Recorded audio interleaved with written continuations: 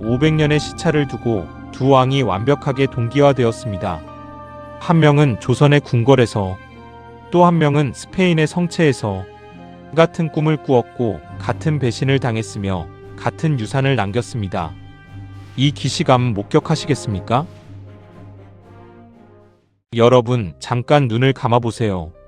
지금 여러분의 머릿속에 두 개의 궁궐을 그려보시기 바랍니다. 하나는 동쪽 끝, 조선의 한양, 또 하나는 서쪽 끝, 이베리아 반도의 카스티아. 두 공간 사이의 거리는 직선으로 무려 10,000km가 넘습니다. 두 시대 사이의 간격은 약 200년이 넘지요. 그런데 말입니다. 이 두 궁궐 안에서 거의 똑같은 일이 벌어지고 있었다면 어떻겠어요? 운명이 한치의 오차도 없이 겹쳐진 듯한 이 기시감. 오늘 우리가 파헤칠 바로 그 이야기입니다. 자, 먼저 조선의 한양입니다. 때는 1397년 한겨울의 칼바람이 북악산 기슭을 휘감던 날이었습니다. 태종 이방원의 셋째 아들로 이도라는 이름의 아기가 태어났습니다. 세상에 셋째 아들이에요. 이게 왜 중요하냐고요? 조선이라는 나라는 장자계승이 원칙이었습니다. 쉽게 말씀드리자면 이 아이는 태어난 순간부터 왕자와는 거리가 먼 존재였습니다. 맏형 양녕대군이 있고 둘째 효령대군이 버티고 있었으니까요. 이도에게 주어진 자리는 충녕대군, 그냥 왕자 중에 하나였습니다. 그런데 어머, 이 아이가 보통 아이가 아니었습니다. 말도 안 되죠? 충녕대군 이도는 밥상 앞에 앉아서도 책을 읽었고 한겨울 추위에도 촛불 하나를 켜놓고 새벽까지 글을 읽었습니다. 아버지 태종이 더 이상 책을 가져다 주지 말라고 명령을 내릴 정도였습니다.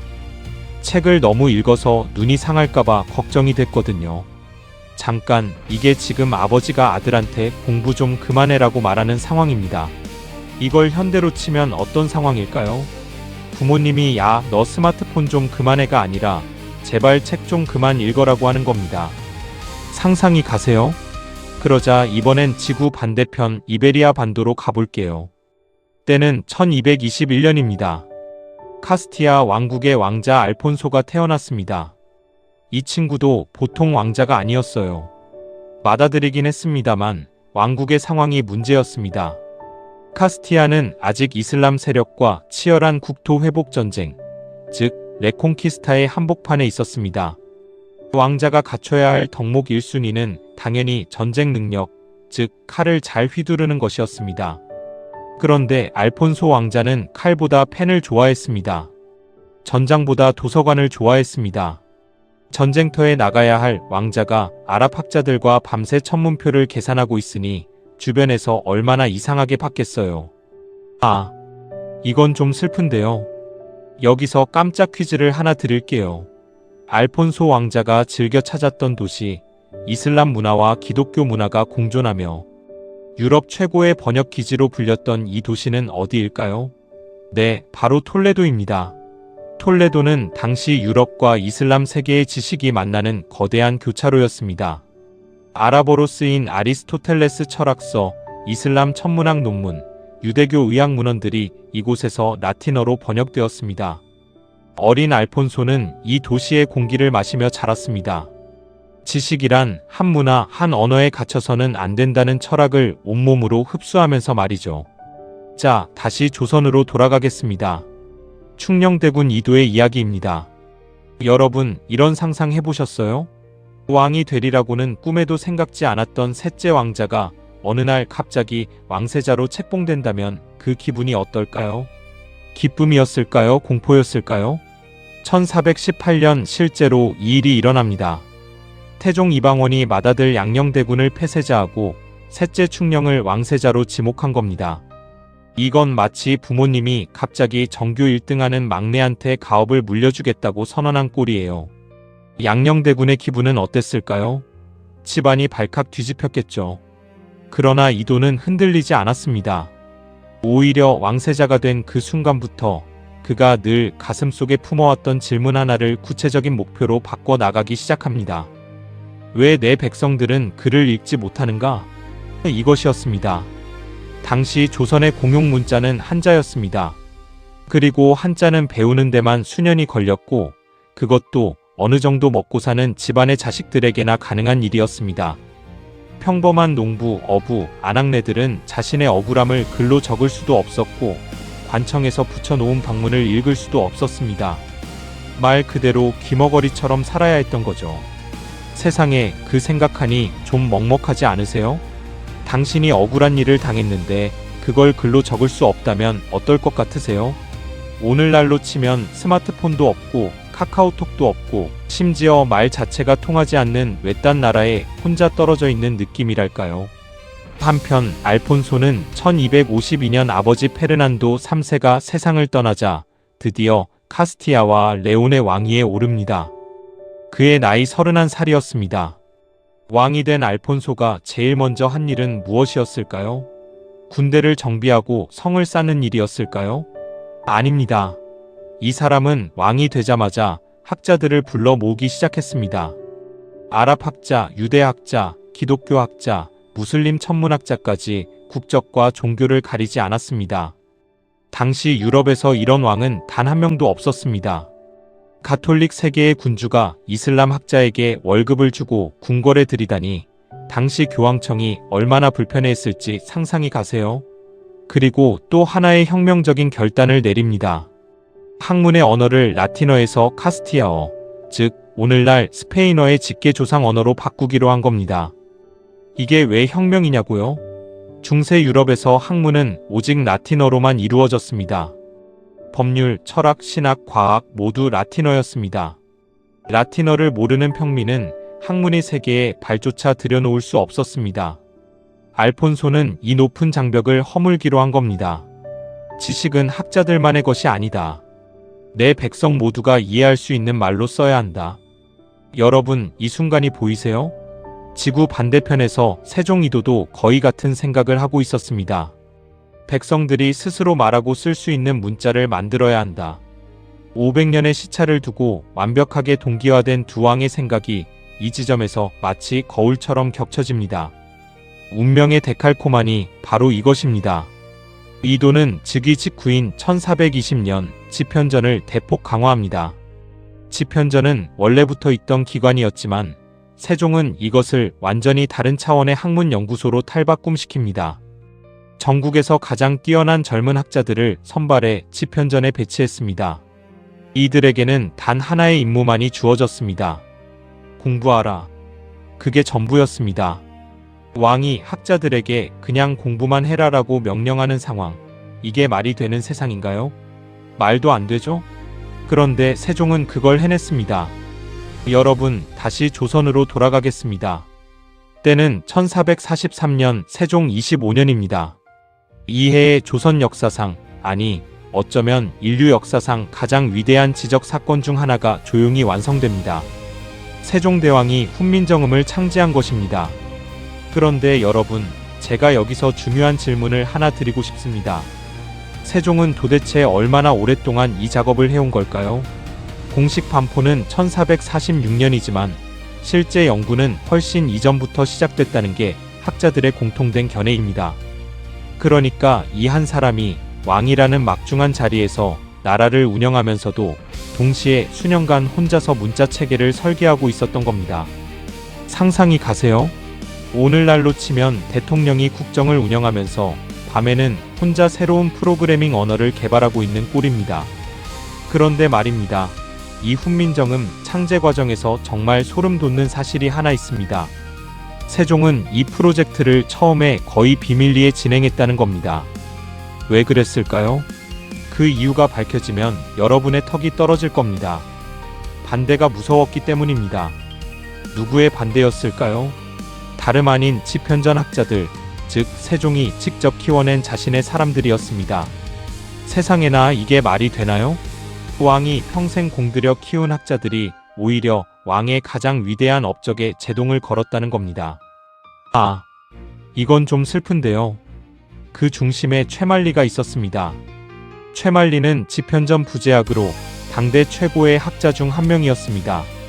그가 1444년에 올린 반대상소는 역사 기록에 생생하게 남아 있습니다. 그 내용이 가관입니다.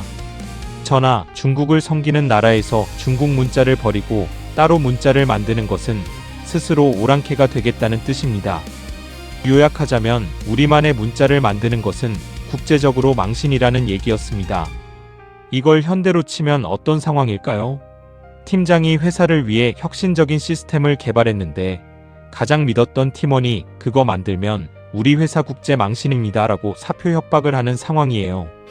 어이가 없죠? 자, 여기서 깜짝 퀴즈입니다. 세종이 최만리의 반대 상소를 받고 어떤 반응을 보였을까요? 크게 세 가지 선택지가 있습니다. 첫째, 그냥 무시했다. 둘째, 크게 화를 내며 처벌했다. 셋째, 직접 불러서 논쟁을 벌였다. 정답은 바로 셋째입니다. 세종은 최만리를 직접 불러 장장 하룻밤 논쟁을 벌였다고 기록은 전합니다. 왕이 학자와 밤새 토론을 한 겁니다. 그리고 이 논쟁에서 세종이 남긴 말 한마디가 역사에 박혀 있습니다. 내가 운서를 아느냐? 사성칠음을 아느냐? 내가 이것을 고정하지 않으면 누가 이것을 바로잡겠느냐? 번역하자면 너 이거 진짜 알기나 해서 반대하는 거야? 이건 내가 직접 연구해서 만든 거야 라는 말입니다. 왕이 학자한테 학문으로 정면 승부를 걸었던 겁니다. 말도 안 되죠?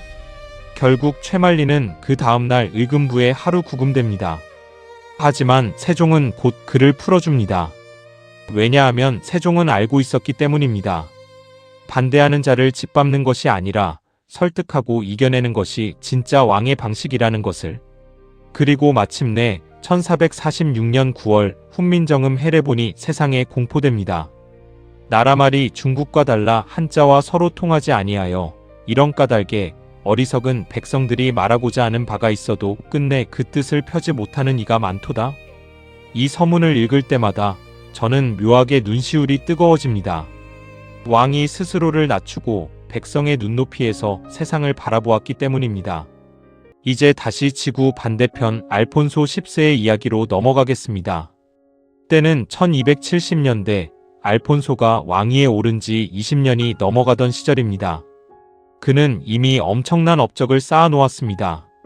알폰소 천문표, 즉 알폰신이 테이벌즈를 완성했습니다. 이것은 당시 유럽에서 가장 정밀한 천체 운동 계산 도표였습니다. 톨레도 번역학파를 통해 수백 권의 아랍어, 히브리어, 문헌을 카스티아어와 라틴어로 번역 완성했습니다. 카스티아어로 쓰인 최초의 법전, 시에테 파르티다스를 제정했습니다. 이것만으로도 왕 10명분의 업적입니다. 그런데 여러분, 이렇게 대단한 왕에게 위기가 찾아옵니다. 세상에나 그 위기가 어디서 왔을지 상상이 가세요? 또 배신이었습니다. 그것도 가장 가까운 곳에서. 바로 자신의 아들 훗날 산초 4세가 되는 산초 왕자가 반란을 일으킨 겁니다. 1282년의 일이었습니다. 산초는 귀족들의 지지를 등에 업고 아버지 알폰소를 왕위에서 끌어내리려 했습니다. 이걸 현대로 비유하자면 아들이 아버지 회사 직원들을 규합해서 대주주인 아버지를 이사회에서 쫓아내려는 상황입니다. 가족이라는 이름의 칼에 등을 찔린 거죠. 더 비극적인 건 그 다음입니다. 알폰소는 이 상황에서 선택을 해야 했습니다. 아들을 포용할 것인가 아니면 끝까지 싸울 것인가. 그는 아들에 맞서기 위해 당시 이슬람 세계의 강자였던 마린 왕조, 즉 모로코의 술탄에게 도움을 요청했습니다. 기독교 왕이 이슬람 군주에게 구원을 요청한 겁니다. 이것이 당시 유럽 사회에서 얼마나 충격적인 일이었는지 오늘날 우리 기준으로 이해하려면 보수적인 전통 집안의 가장이 가족 갈등을 해결하기 위해 가장 이질적인 문화권에 손을 내민 격이라고 보시면 됩니다. 그만큼 절박했던 겁니다. 말도 안 되죠? 이 두 왕의 비극이 또다시 겹칩니다. 세종도 만년에 자신이 가장 사랑했던 둘째 아들 수양대군, 훗날 세조가 되는 인물의 야심을 눈치채고 있었다는 기록이 있습니다. 물론 세종은 살아있는 동안 쿠데타를 보지 않았습니다만 그의 아들 문종이 일찍 세상을 떠나자 어린 단종이 왕위에 오르고 결국 수양대군이 계유정난을 일으켜 권력을 찬탈합니다. 세종이 혼신을 다해 키워낸 집현전의 학자들은 두 파로 갈라졌습니다. 수양에게 붙은 자들과 끝까지 단종을 지키려 했던 사육신으로. 세종의 유산이 세종의 죽음 이후 산산조각 나는 장면입니다. 정말 슬픈데요. 그러나 두 왕이 남긴 것은 사라지지 않았습니다. 알폰소의 천문표는 그가 폐위되고 죽은 뒤에도 유럽 천문학의 표준으로 300년 넘게 사용되었습니다. 코페르니쿠스가 지동설을 발표하기 직전까지도 알폰소 천문표를 기반 삼아 연구했으니까요. 그리고 카스티아어, 즉 스페인어는 오늘날 전 세계 5억 명 이상이 모국어로 쓰는 언어가 되었습니다. 세종의 훈민정음은요? 지금 이 순간 여러분이 이 자막을 읽고 있는 바로 그 문자입니다. 이 문자 하나가 없었다면 지금 이 콘텐츠도 여러분이 오늘 카카오톡으로 주고받은 수백 개의 메시지도 존재하지 않았을 겁니다. 여기서 이 두 왕의 평행이론이 가장 극적으로 교차하는 지점이 나옵니다. 두 사람 모두 가장 가까운 사람들에게 배신을 당했습니다. 두 사람 모두 살아있는 동안 완전한 승리를 보지 못했습니다. 그러나 두 사람 모두 역사의 심판대 위에서는 완전한 승자가 되었습니다. 겹쳐진 궤적, 운명의 도플갱어, 이것이 오늘 우리가 목격하고 있는 바로 그것입니다.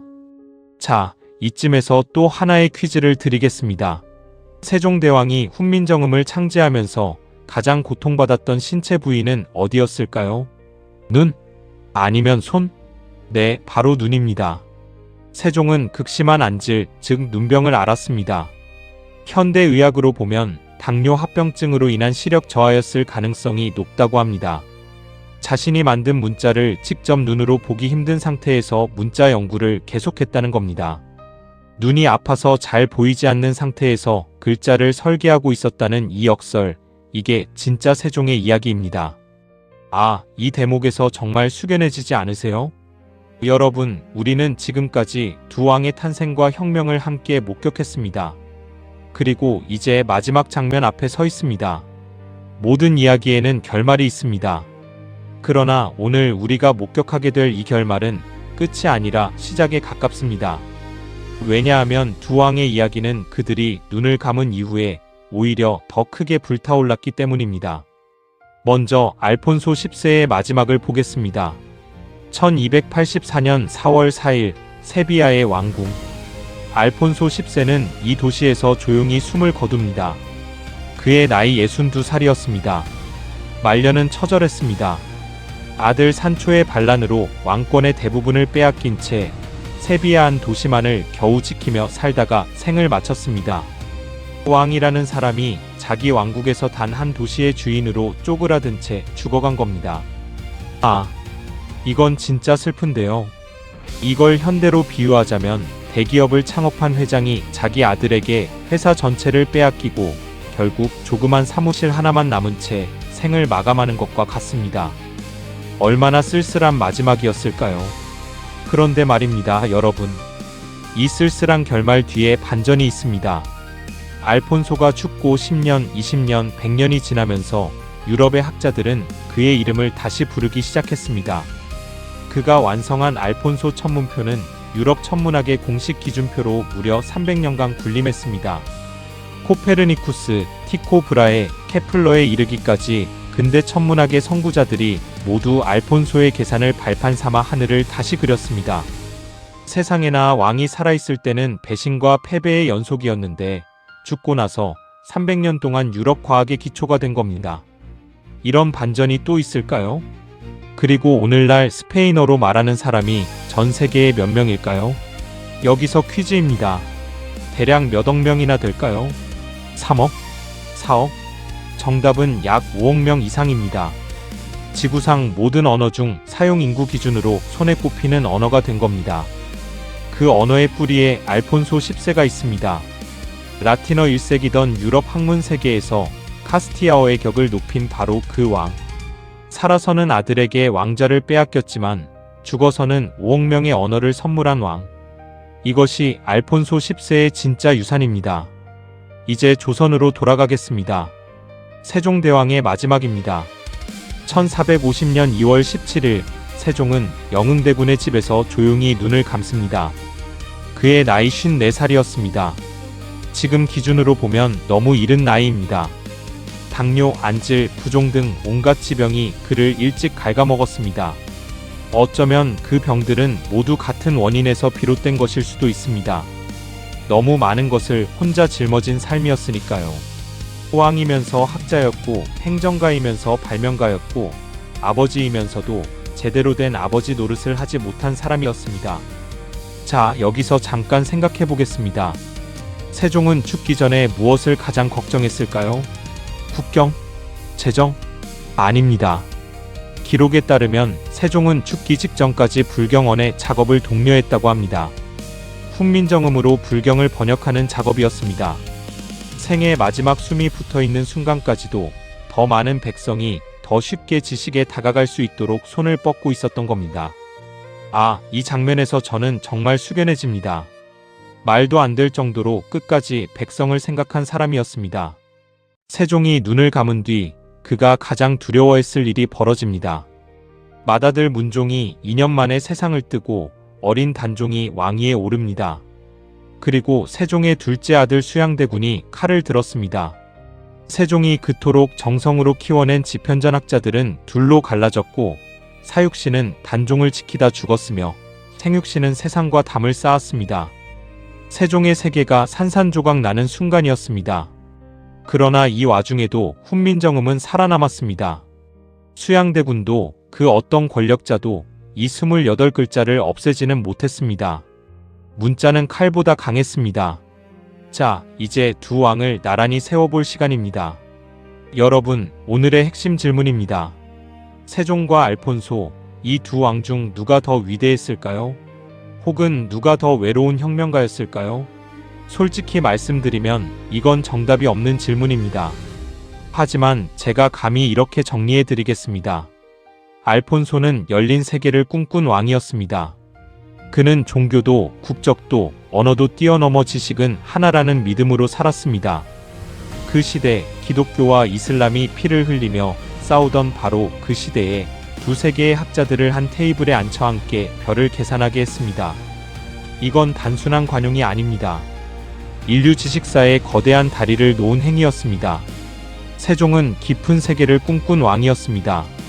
그는 지식이 아무리 위대해도 백성이 그것을 직접 쥘 수 없다면 아무 의미가 없다고 믿었습니다. 그래서 문자를 만들었습니다. 철학자도 학자도 아닌 나물 캐는 안하기, 물고기 잡는 어부가 억울함을 호소하는 농부가 스스로 말하고 쓸 수 있도록. 이것이 훈민정음의 본질입니다. 그리고 이 두 왕의 꿈은 결국 같은 방향을 가리키고 있었습니다. 지식의 민주화, 알매 해방, 배움의 장벽을 허무는 것. 500년의 시차를 두고 완벽하게 동기화된 이 두 왕은 결국 인류 역사상 가장 위대한 지식혁명가라는 하나의 이름으로 겹쳐집니다. 그렇다면 오늘 이 이야기가 우리에게 던지는 메시지는 무엇일까요? 저는 이렇게 생각합니다. 우리는 지금 두 왕이 그토록 갈망했던 세계 속에 살고 있습니다. 28글자로 전 세계와 소통하고 스마트폰 하나로 인류의 모든 지식에 접근할 수 있는 세계. 그러나 어쩌면 우리는 그 혜택이 얼마나 기적적인 것인지를 잊고 삽니다.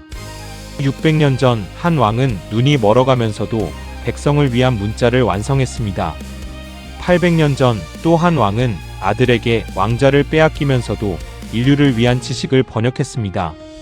그 두 왕의 집념이 지금 이 순간 여러분이 이 글자를 읽을 수 있게 해준 겁니다. 마지막으로 두 왕에게 묻고 싶습니다. 저나 당신들의 혁명은 성공했습니까?